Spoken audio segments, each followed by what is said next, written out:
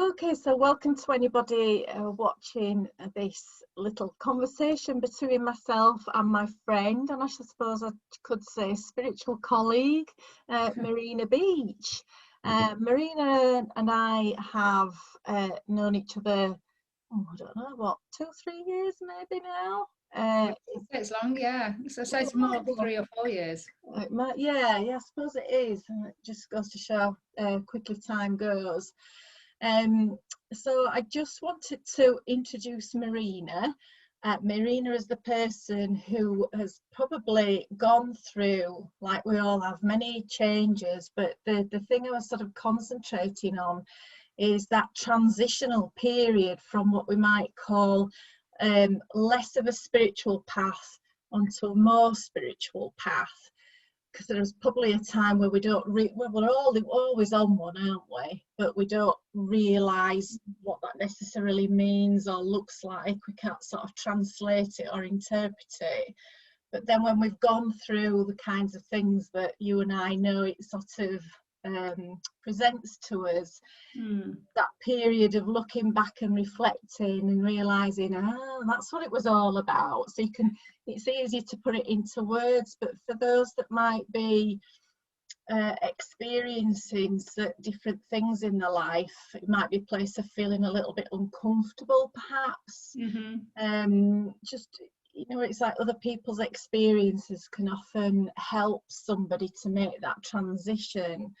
So I'm not going to sort of say much about Marina. I'm going to let Marina introduce herself. Marina, if you want to say a little bit about who you are and what you do now in terms of, well, we can call it a job role, but it's more than that, isn't it? But if you just want to explain who you are and what you're doing at the moment. Yeah, sure. So hi, and thank you, Helen, for having me here for this little chit chat. So this is brilliant. So my name's Marina, the Soul Alchemist, and I support my clients with moving them forward, really enabling them to get clarity, guidance, and also healing, connecting with their karmic baggage, energies that hold them back, which really, once we kind of move those out of the way, we can, my clients can kind of move forward in their life and also in their business.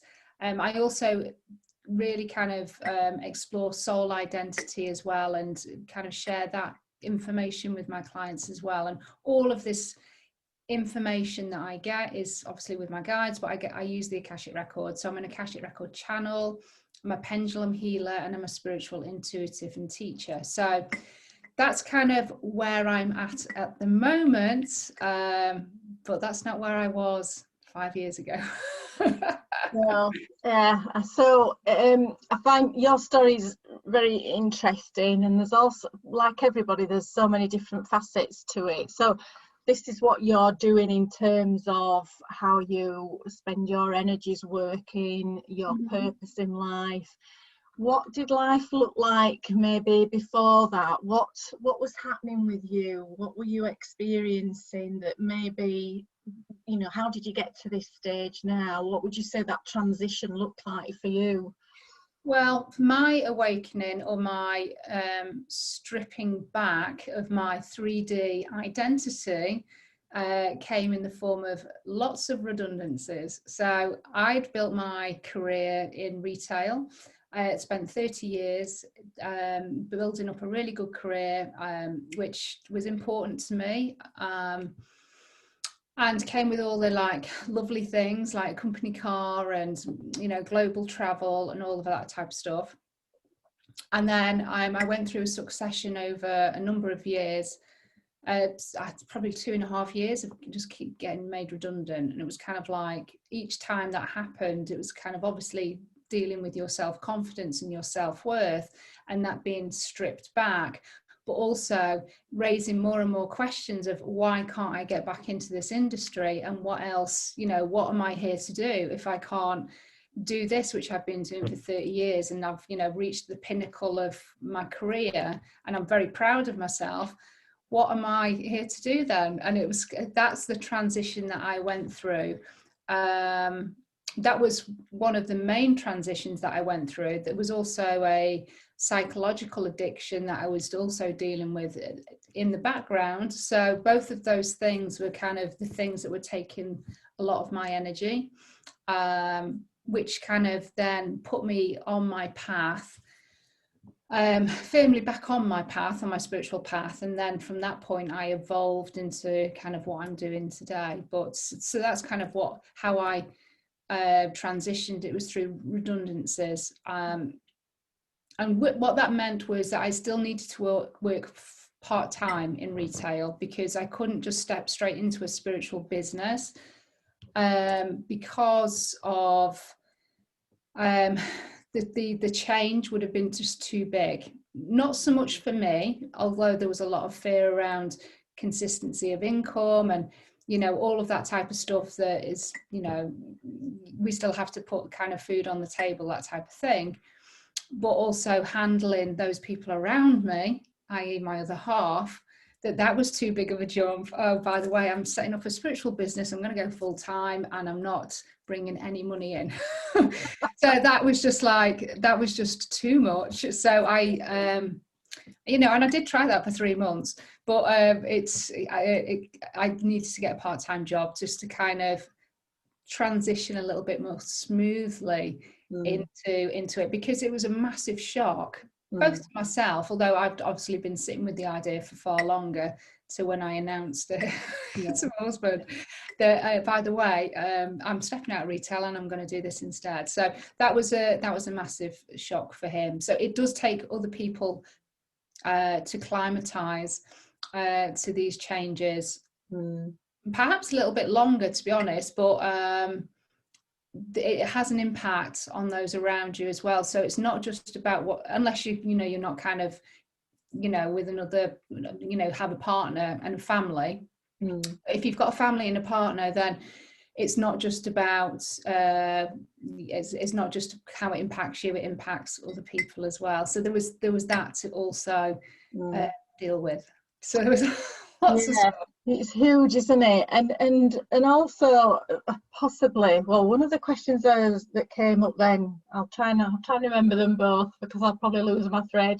But you said about, you know, when you were being made redundant, it was basically that, you know, the door kept shutting, didn't it, to get back into that. And I know in my sort of healing of me and reflecting on myself, and writing and things, it came through, you know, that it almost felt like we're on a spiritual pinball machine, in that we're not meant to sometimes get back through those doors. Is that how it felt? But did it take quite a while for you to sort of get your head around what that was actually trying to say to you? Yeah, it took me ages, because I mean, from a mental perspective and an egoic perspective, I wanted to get my job back in retail somehow and do the thing that I'd learned to do and, you know, was good at.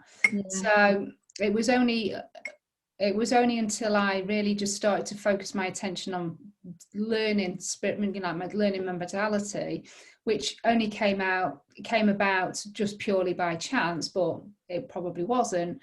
When I started to connect with the Akashic records after my own like transformative healing experience that I had with clearing the psychological addiction I had to alcohol, that I then realized, once I'd kind of started to immerse myself in that modality and learning, that I loved it and could, you know, it just felt right. It felt very aligned, although I still didn't know what I was going to do, but doing that work just felt great. It felt amazing. It felt, as I say, in alignment.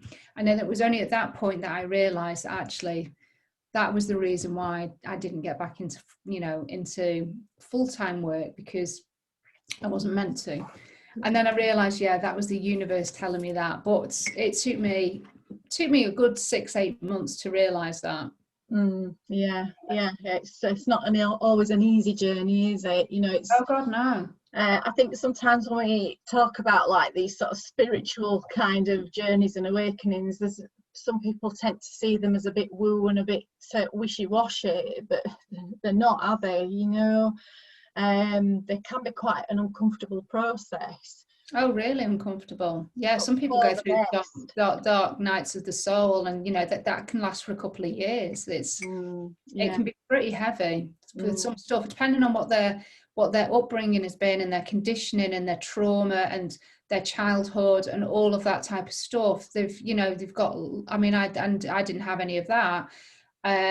They've got more layers of stuff to go through, so it can be really, really heavy stuff. yeah. Yeah. So you said about that, really the thing that brought you to what you're doing now by way of employment, that kind of thing, it was through your own self-healing. Did that the way that the Akashic Records helped you, did that transformation of you in your personal life help help others around you see the relevance in your work? Did that help in their adjustment to accept what you were doing, in comparison to what they'd known you doing in your design and your art kind of work? I don't think many people from from my family and like Jeff, my other half, I don't think they even realised, even to this point, because I've never had a conversation about it, that I felt I had a psychological addiction. So they won't even be aware of that. I don't really talk about my work with my family. So, and that's something else that that's, I think, well, it depends on the person. It depends on the people that they have around them. My mum and dad are proud in terms of what I do, but they haven't got a clue what I do. And Jeff's got an idea, but no, they don't realise the profoundness of that 2-minute healing that I received via Facebook Live, and kind of how it transformed me into what I'm doing now. Unless they go and read the story on my website or something, it's just not something that I've discussed. No, and I think that's probably a similar picture. There's an awareness of the kinds of things that I do, but there's never a delving into that kind of thing.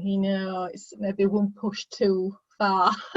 Yeah, I mean, I'm happy to have the conversation, but just not. It's not of an interest, I don't think so. Yes. Yeah. Okay. So, do you want to just describe or explain a little bit about the Akashic Records so that people who have never come across it, what is that? What does that mean? What does that do? Yeah, sure. So I had absolutely no clue either until 4 years ago. Actually, was it 4 years ago? Yeah, I think it was 4 years ago. So the Akashic Records are like a kind of a knowledge base, a database that sit on the 5th dimension. So we're kind of physically 3rd dimensional. Our thoughts and our feelings are 4th dimensional, and then the spiritual realms start at the 5th dimension. And most people like to imagine them and describe them as like being a huge library, where there's lots and lots of books within the library, and each one would represent a lifetime that you've had at some point, either here or elsewhere. And all of this knowledge is kept in your Akashic Records, so in this database. And the Akashic Records will record everything since your soul's creation. So if you don't believe in reincarnation, that's okay, but this is kind of what it relates to. You'll still have an Akashic record. And everything that's recorded is every choice that you've made and every action that you've taken, every thought and every feeling that you've ever had as well is recorded in the Akashic Records. So it's you can imagine the immense amount of energy that is held and information held in the Akashic Records, and I can access, and we can all, if you've got a willingness and a curiosity and an open mindedness to doing it, you can access your Akashic Records. This has only come around really to the extent that people use the Akashic Records in the last, say, 30 years, I would say. Before then, it was only really deemed as being available to the people that were really highly conscious. But because we're all ascending, in the ascension process, whether you're aware of that or not. We are becoming more highly conscious, which means that we just have self-awareness. We're just much more self-aware than what we ever have been. And so we have the capacity now to access our own Akashic records, which we can do in a number of ways, and start to build up your practice, build up your connection with your Akashic guides, and start to get this information for yourself. So for me, the Akashic records are a huge empowerment tool, which allows you to get clarity, get guidance, and do your own healing from karmic things that are still affecting you today, your patterns, karmic patterns, all of this type of stuff. You're able to get that information and heal it and let it go, which is a wonderful thing. So it's all part, and it's just this amazing thing that we have available to us. But that's basically what the Akashic records are, and they are not a newfangled thing. They are very, they've been around since the beginning of time. They're mentioned in the Bible. They are globally known in all cultures.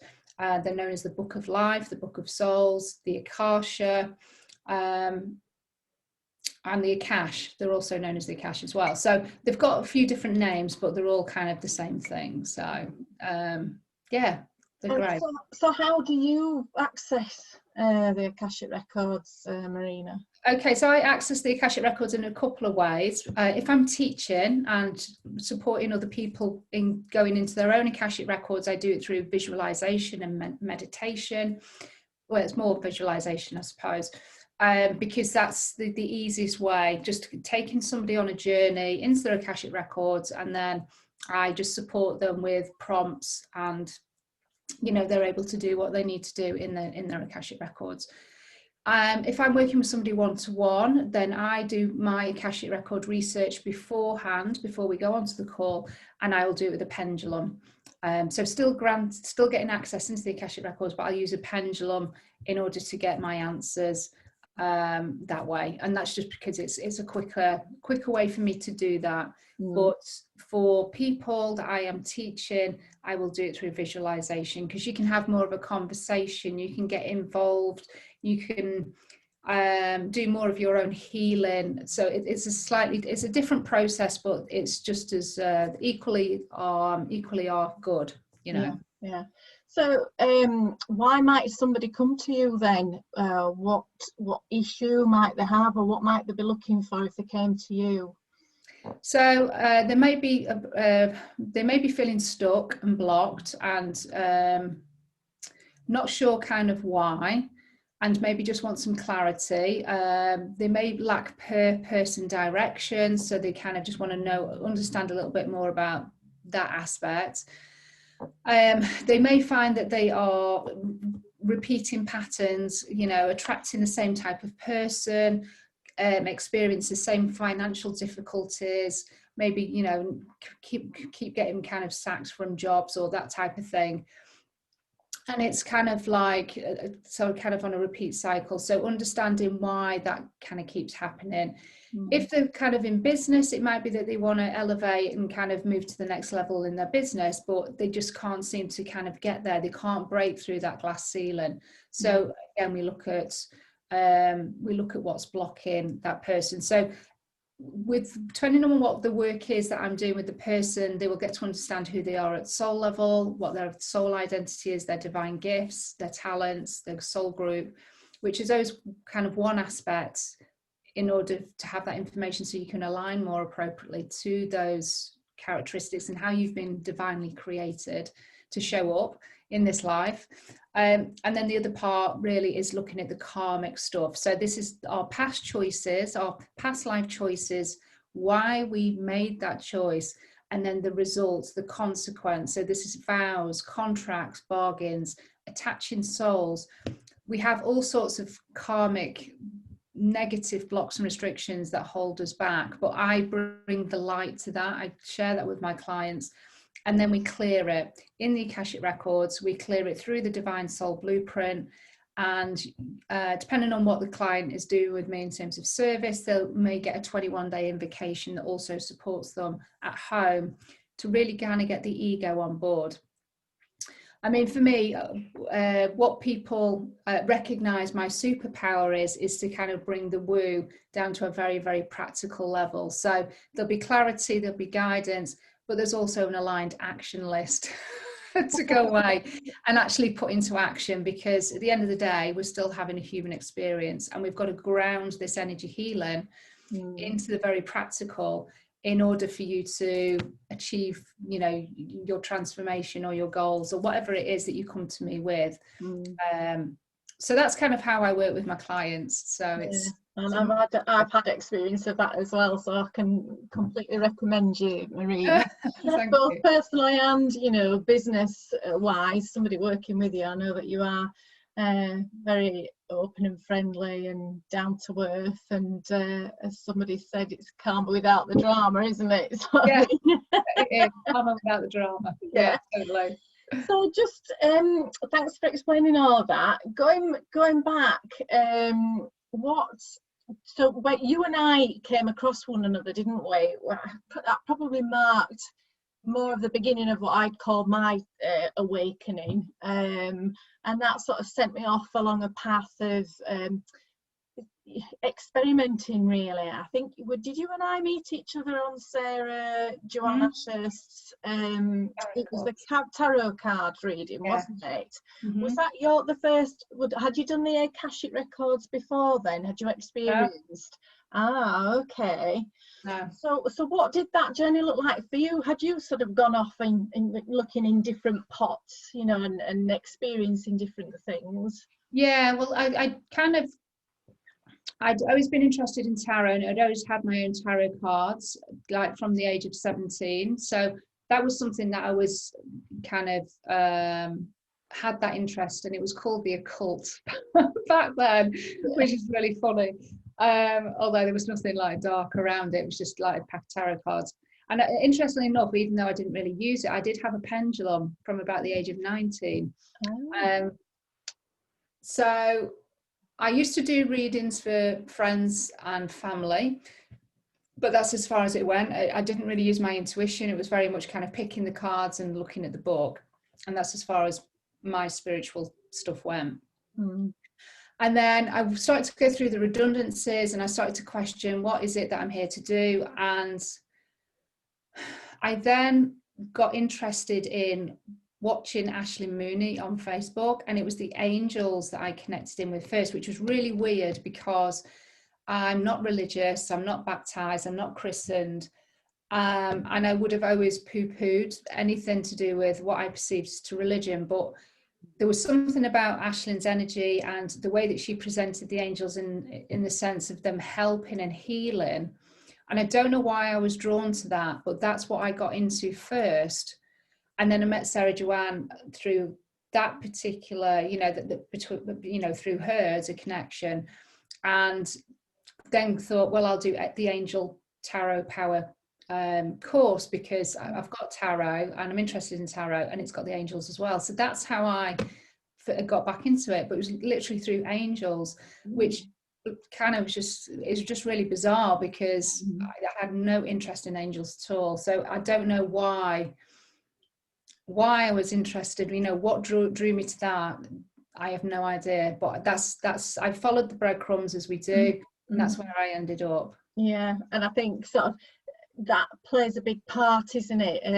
It's the intuitive aspect that I was going to ask you about, and I suppose it's the element of trust in that, trusting that, going with the flow process, not resisting it, because it, you know, like you're saying, there's the association of angels with the Bible and religion, and that can really turn some people off, definitely, because of the connotations of that. But you know, what would you say to somebody who is maybe, if they're in a similar position to where we were starting, and you know, they're surrounded by people who have no, or seemingly no, connection with the more spiritual aspect side of things?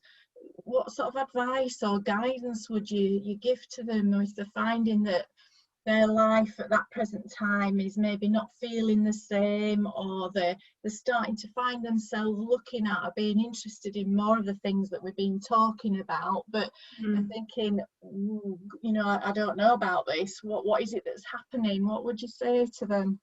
Well, I would say, first of all, take a deep breath and absolutely just relax into the process and give yourself permission to be curious. So don't get any hang-ups about what it is that's happening or you're going through. And, you know, kind of, if you can, practice an aspect of detachment, so you're not emotionally kind of attached to the outcome, and then do some research. Start to kind of just go through perhaps social media and see what kind of things pique your interest. So, you know, crystals is a really obvious one, that people get fascinated by crystals all of a sudden, and that is a real gentle way of understanding that there is other tools and other things that we have around us that are very natural, that do hold an energy, because at the end of the day, this is all coming down to energy, but that's something very tangible. It's something we can hold. It's something that comes from the earth. So crystals might be something, looking just to see what other people's teachings are, what you know, what you find interesting. Angels, I do feel, are fairly mainstream now, so angels might be something that you want to kind of connect with. It might be something like more with astrology or numerology, because that's a bit more science-based, and astrology obviously has been around for, you know, a long time. That's very mainstream in the terms of the papers and things. And just see what fits, and don't kind of hold, be open-minded to other things, because I started off with the angels, and I very much use angels now with what I do, but angels isn't my main focus. So even though I started with the angels and obviously use crystals and things like that, it's not my main focus. So I didn't stay there. I evolved, and I kind of started to seek other kind of things to kind of read about and learn about, and you'll then probably find something that you really resonate with, and you can't get enough of it, and that will perhaps be the core thing that you get really interested in. So for me, pendulum is a real thing as well. So I've got a kind of a mix of things: tarot, pendulum, and Akashic records. So I don't pigeon myself into one thing, which is why I think I'm an alchemist, because I'm using a mix of stuff to support people. But I think, crystals, angels, it's all kind of numerology, as I say. It's all fairly gentle stuff, which is just a great introduction. You may be empathic. This is a thing that people, again, are talking more about, highly sensitive.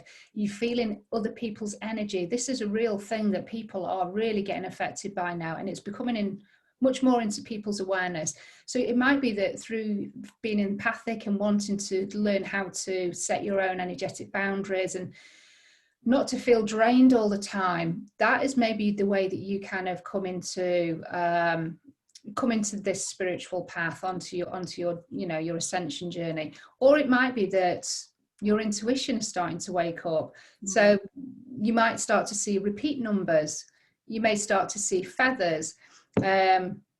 You may kind of start to hear songs, or you may start to think of people and then they got in contact, and that is just a sign of you awakening your spiritual aspect. It's always been awake, actually, but it's just been it's kind of coming into your awareness.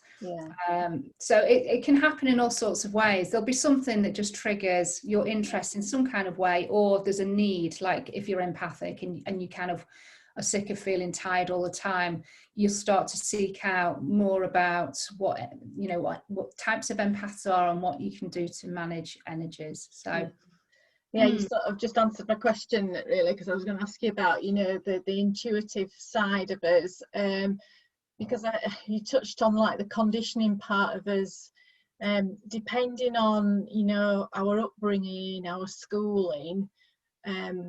I would say that, you know, a lot of children are very naturally intuitive, but can lose that because we're sort of guided along this path of learning. You know, my survival mechanism for getting through life, because of my sensitivity and empathic qualities, was to basically get my head down and study and learn.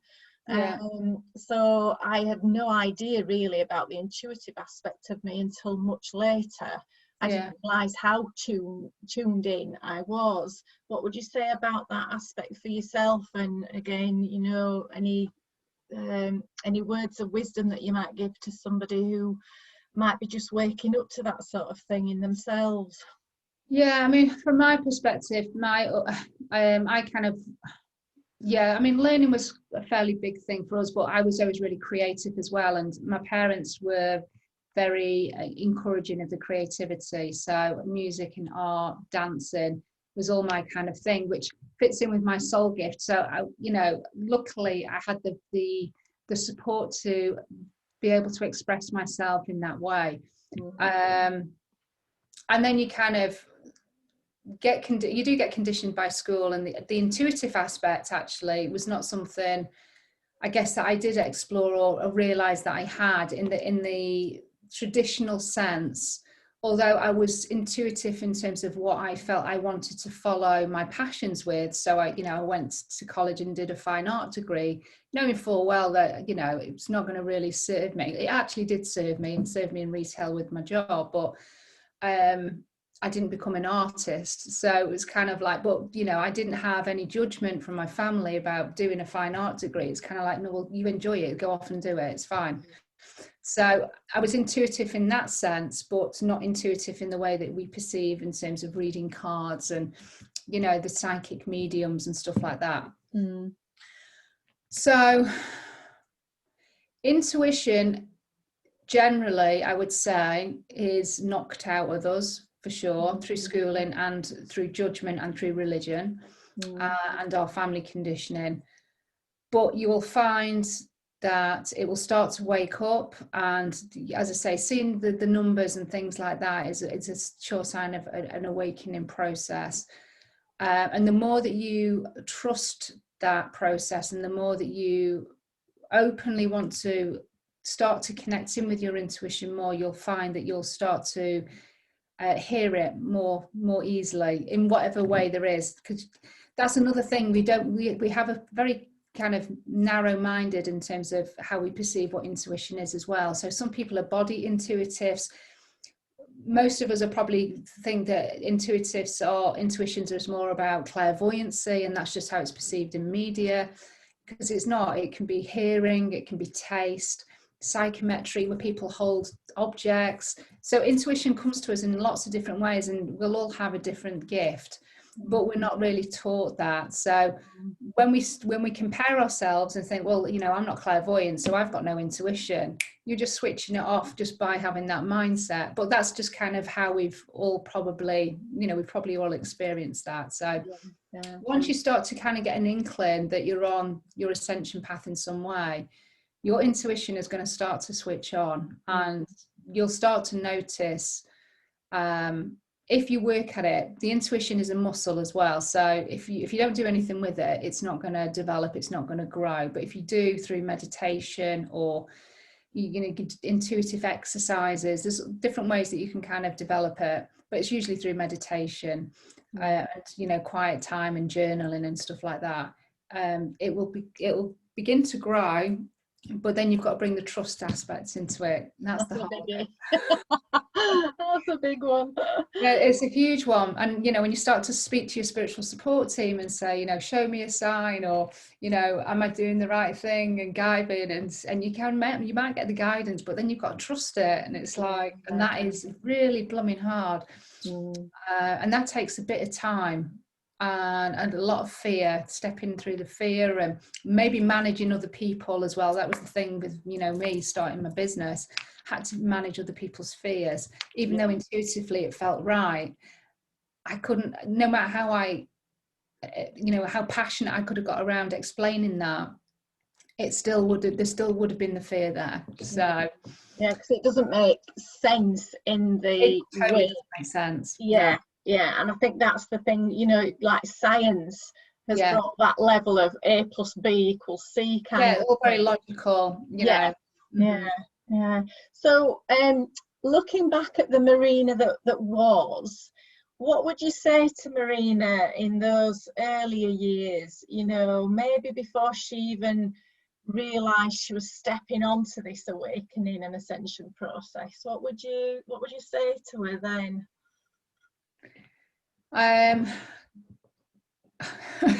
You're in for a big shock. No, I'd be kind of like, trust the journey. It's funny because I did some healing last night with a lady, and we connected in with Divine Source, which was nice. And you know, she said, you know, what message does Divine Source, or, you know, the universe have for you? And the message was, you know, life is a merry-go-round, you know, enjoy the ride. And it was kind of like, yeah, of course. Oh, You know, there you have it.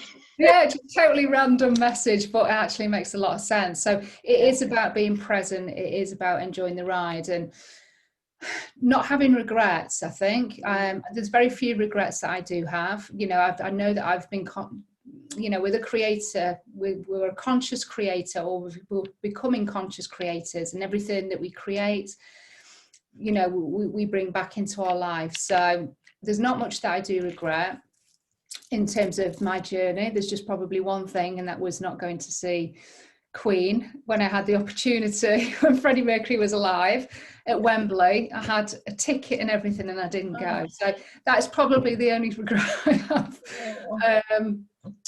But no, you know what? I'd be kind of like, just trust the journey, and everything is going to be absolutely fine, even when it feels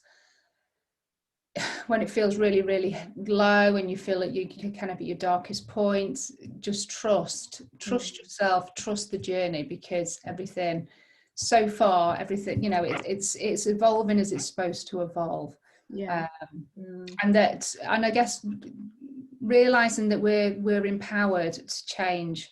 If there's something that we don't like in our lives, we are empowered to change that. It's not outside, it's not circumstances that are happening to us. It's us that is creating whatever situation we go through on some level, whether it's this lifetime or a past lifetime. We have created that. And so it's having that awareness. I think that was one of the biggest for me, getting my head around that, and it probably is for many people. That what, I created this, get real kind of thing. But that's part of the consciousness that you're talking about, the awareness is, well, what is it that I tend to repeat in life? What habits, what not thought forms do I have? What am I repeating that maybe mum or dad or beyond those ages actually did? And they can be very, very far reaching, can't they? Very deep-seated ancestral patterns. Oh God, yeah, totally. And there's no blame in any of this, is there? I think that's the same, you know. No. That's one of the parts that religion tends to have, isn't it? You know, the shame and the blame aspect, and the sinner kind of thing. But it isn't about that, is it? It's just it's relearning a different way of being, you know, a life, and that life is for living, isn't it? And it is.